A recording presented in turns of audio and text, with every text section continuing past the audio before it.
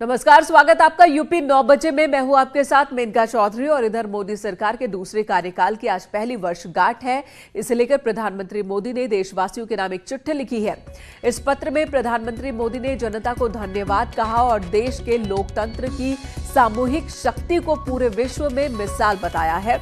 इस पत्र में उन्होंने जहां एक तरफ बीजेपी के पहले कार्यकाल की उपलब्धियां गिनाई हैं, तो दूसरी तरफ कोरोना वायरस के चलते लगातार गिरती जा रही अर्थव्यवस्था को पटरी पर लाने की जो कोशिश है उसका खाका भी सामने रखा है। पत्र में प्रधानमंत्री ने 2014 की जीत का जिक्र किया, साथ ही 2014 से 2019 के अपनी सरकार की उपलब्धियों का बखान इसमें है। प्रधानमंत्री के पत्र में लिखा है कि साल 2019 में देश की जनता का आशीर्वाद देश के बड़े सपनों के लिए था, आशाओं आकांक्षाओं की पूर्ति के लिए था। इस एक साल के लिए जितने भी फैसले लिए गए उन्हीं सपनों की उड़ान के रूप में उन्हें देखा जा रहा है, शुरुआत के रूप में उन्हें देखा है। प्रधानमंत्री ने आज जन जन से जुड़ी जनमन की जनशक्ति राष्ट्र शक्ति की चेतना को प्रज्वलित कर रही है।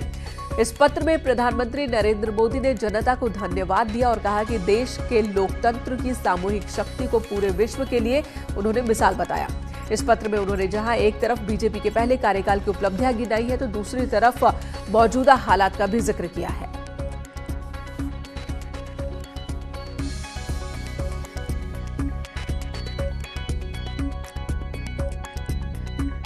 प्रधानमंत्री की ओर से एक लंबी चिट्ठी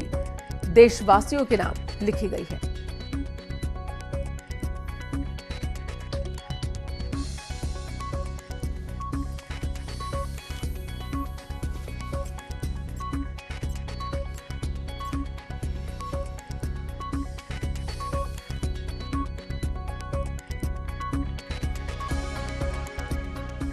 तो आज वर्चुअल रैलियां होंगी बीजेपी की ओर से राष्ट्रीय स्तर पर, और हर प्रदेश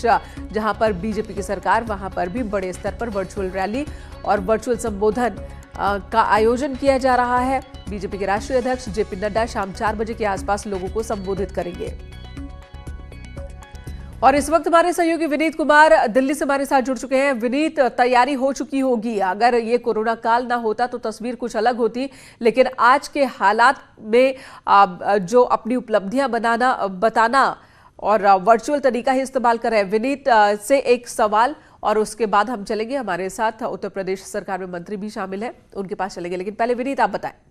आज निश्चित तौर पर वह सरकार की ओर से तैयारी कर ली गई है, पार्टी की ओर से तैयारी कर ली गई है। मैं आपको बताना चाहूंगा कि जब हमने ऐसे ही सवाल जो है वो बीजेपी के राष्ट्रीय महामंत्री भूपेंद्र यादव से पूछा था और कहा था कि चुनाव आने वाले हैं, प्रचार कैसे करेंगे, तो उनका साफ तौर पर कहना था कि प्रचार के नए नए तरीके अपनाएंगे। निश्चित तौर पर बीजेपी भी अपने सरकार के कार्यकाल के एक तौर पर एक साल के जो पूरे हो रहे हैं उस पर नए नए तरीके जो है वो अपना रही है। वर्चुअल रैलियां जो है उसका आयोजन किया जाएगा। साथ ही साथ प्रधानमंत्री नरेंद्र मोदी ने डिजिटल चिट्ठी लिखी है और उसे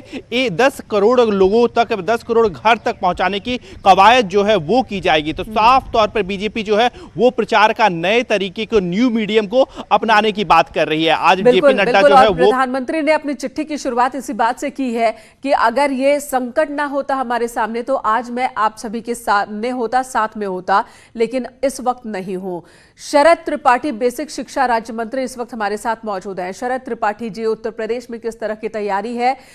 इस वर्चुअल कैंपेन को लेकर?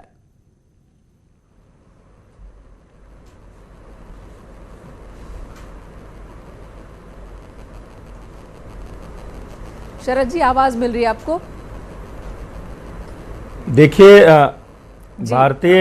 भारतीय जनता पार्टी के लिए इस तरह का कार्यक्रम कोई नया नहीं है। आप सबको याद होगा, माननीय अटल बिहारी वाजपेयी जी की सरकार थी और जब चुनाव का समय आया था तो उस समय बेसिक टेलीफोन लोगों के घरों में हुआ करते थे और लोग टेलीफोन उठाते थे तो उधर से आवाज़ आती थी, मैं अटल बिहारी वाजपेयी बोल रहा हूँ।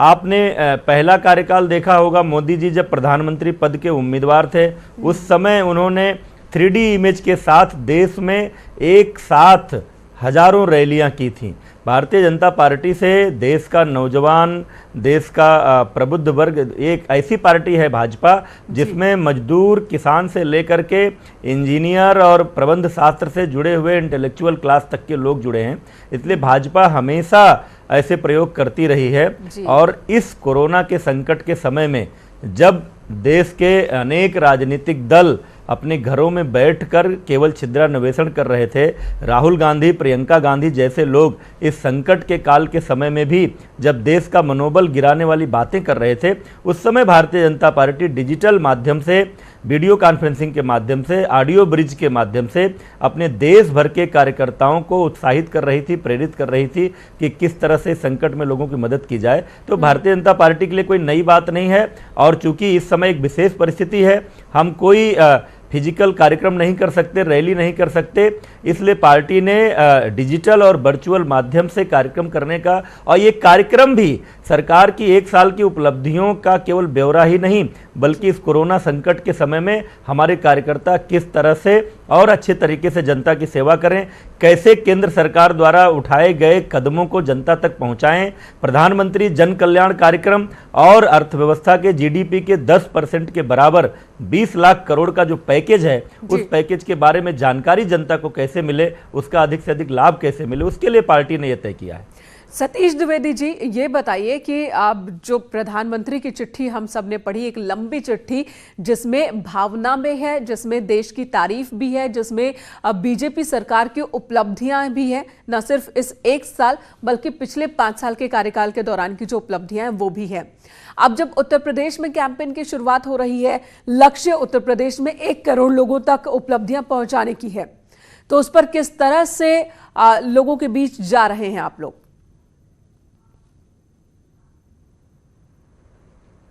देखिए,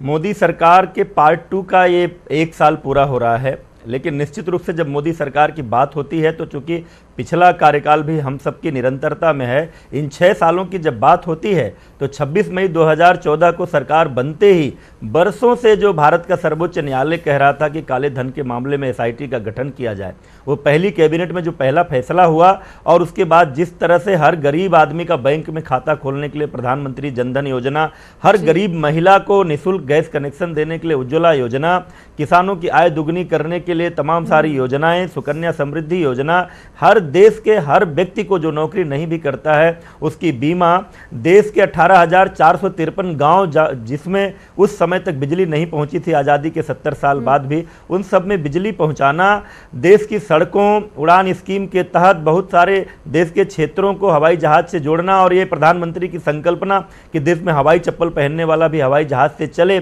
ऐसी तमाम सारी योजनाओं के साथ पहला कार्यकाल पूरा हुआ, जिसको देखकर जनता के मन में एक नया उत्साह जगा, विश्वास जगा, फिर से मोदी सरकार आई। और आप इस कार्यकाल का, यही वजह है कि दोबारा आप लोगों ने सरकार बनाई है केंद्र में, लेकिन शुरू का 1 साल अगर उसकी हम बात करें तो सरकार ने दूसरे कार्यकाल की शुरुआत भी बहुत तेजी से की थी। धारा 370 को हटा देना हो, लद्दाख को अलग राज्य बना देना हो, 3 तलाक का मसला हो, या फिर अयोध्या पर जो फैसला सुप्रीम कोर्ट की ओर से आ गया वो भी आपके फेवर में जाता देख रहा है। नागरिक संशोधन कानून की हम बात कर ले, नागरिकता संशोधन कानून, तो वो भी। लेकिन क्या आपको लगता है कि लॉकडाउन, कोरोना वायरस और उसके बाद के जो उपजे हालात हैं, ये कहीं हावी ना पड़ जाए इस पूरी तैयारी पर?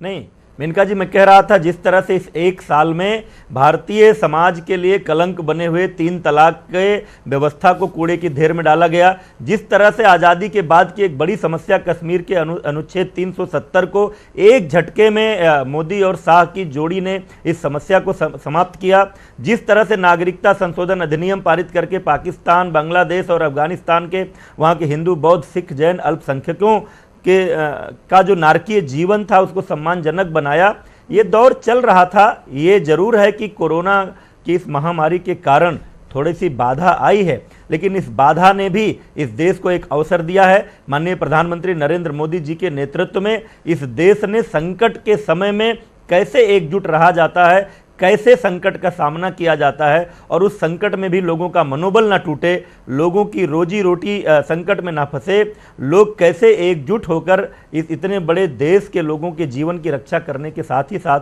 देश की व्यवस्था को भी चलाते रहें, ये सिखाया है नरेंद्र मोदी जी ने। जहां एक तरफ दुनिया अस्त व्यस्त है, जहां दुनिया में लाखों लोग मर रहे हैं, चीन को छोड़कर 15 देशों के लगभग 142 करोड़ की आबादी में जहां 3.5 लाख से अधिक लोग मरे, वहीं इस 137 करोड़ की आबादी में केवल लगभग 4,000 लोगों की मौत हुई। और हमने मोदी जी के नेतृत्व में जिस तरह का प्रबंधन इस कोरोना के संकट में किया है, यह भी मोदी सरकार की इस 1 साल की शानदार उपलब्धि है। बिल्कुल। और सतीश जी, जैसे प्रधानमंत्री ने चिट्ठी लिखी, राष्ट्रीय अध्यक्ष जेपी नड्डा वो संबोधित करने वाले हैं और तमाम अलग अलग मंत्रियों को भी इस तरह की जिम्मेदारी दी जा रही है। उत्तर प्रदेश में किसे क्या जिम्मेदारी दी गई है? क्या यहाँ भी जो प्रदेश अध्यक्ष हैं स्वतंत्र देव सिंह, वो भी कोई संबोधन करने वाले हैं कार्यकर्ताओं को और लोगों की, जनता के बीच वर्चुअल तरीके से सामने आने वाले हैं? किस तरह की रूपरेखा इस पूरे कार्यक्रम की है? जी, उत्तर प्रदेश में भी संगठन ने, हमारे प्रदेश अध्यक्ष माननीय स्वतंत्र देव सिंह जी, हमारे प्रदेश महामंत्री संगठन माननीय सुनील बंसल जी ने लगातार जब से लॉकडाउन शुरू हुआ है वर्चुअल और डिजिटल माध्यमों से पार्टी के पदाधिकारियों से लेकर बूथ स्तर तक के कार्यकर्ताओं से संवाद किया है। उसी संवाद की कड़ी को आगे बढ़ाने वाले हैं। आज माननीय प्रधानमंत्री जी के मन की बात सभी कार्यकर्ता 11 बजे सुनेंगे। उसके बाद शाम को अपने राष्ट्रीय अध्यक्ष श्री जेपी नड्डा जी को फेसबुक लाइव के माध्यम से सुनेंगे और इसके बाद लगातार हमारे उत्तर प्रदेश में 6 क्षेत्र हैं बीजेपी के संगठनात्मक, 6 क्षेत्रों में वर्चुअल रैलियां होंगी। उसके बाद हर 75 जनपदों में वर्चुअल रैलियां होंगी। उसके बाद सभी मोर्चों की वर्चुअल रैलियां होंगी, जहां वीडियो कॉन्फ्रेंसिंग के माध्यम से सभी कार्यकर्ताओं से ही नहीं बल्कि समाज के प्रमुख लोगों के साथ भी, आम जनता के साथ भी हम लोग डिजिटल और वर्चुअल माध्यम से जुड़ेंगे। मोदी सरकार की 1 साल की उपलब्धियों को जनता के बीच ले जाएंगे। इसी तरह से हमने तय किया है, पार्टी ने तय किया है कि 2-2 लोग लॉकडाउन के नियमों का, पूरे प्रोटोकॉल का, सोशल डिस्टेंसिंग का पालन करते हुए 2-2 लोग माननीय प्रधानमंत्री जी की चिट्ठी को लेकर के गांव-गांव जाएंगे, एक-एक घर तक पहुंचेंगे, वो चिट्ठी भी पहुंचाएंगे, लोगों तक मास्क भी वितरण करेंगे और सैनिटाइजर भी उपलब्ध कराएंगे मोदी सरकार के 1 साल पूरे होने के उपलक्ष्य। कुल 6 वर्चुअल रैली उत्तर प्रदेश में होनी है। किन किन के हाथ में ये कमांड?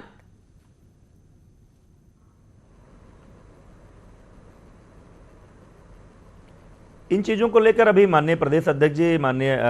प्रदेश संगठन मंत्री जी, माननीय मुख्यमंत्री जी, ये सब लोग आपस में विचार विमर्श करके अभी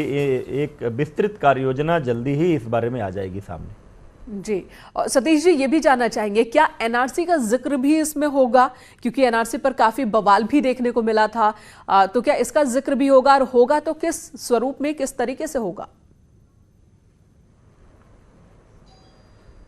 बिल्कुल मेनका जी, जब कार्यकर्ता संपर्क करेंगे, वर्चुअल और डिजिटल माध्यम से संपर्क करेंगे, तो इस 1 साल के जो क्रांतिकारी कार्य हुए हैं, चाहे देश के बहुसंख्यक समाज की आस्था से जुड़ा हुआ, दुनिया के करोड़ों हिंदुओं की आस्था से जुड़ा हुआ श्री राम जन्मभूमि स्थल के विवाद के निपटारे का मसला हो, चाहे वो एनआरसी सीएए का मामला हो, जिस तरह से जो लोग शरणार्थी बनकर हमारे देश में आए थे और सामान्य नागरिक का जीवन भी नहीं जी पा रहे थे। वाकई तो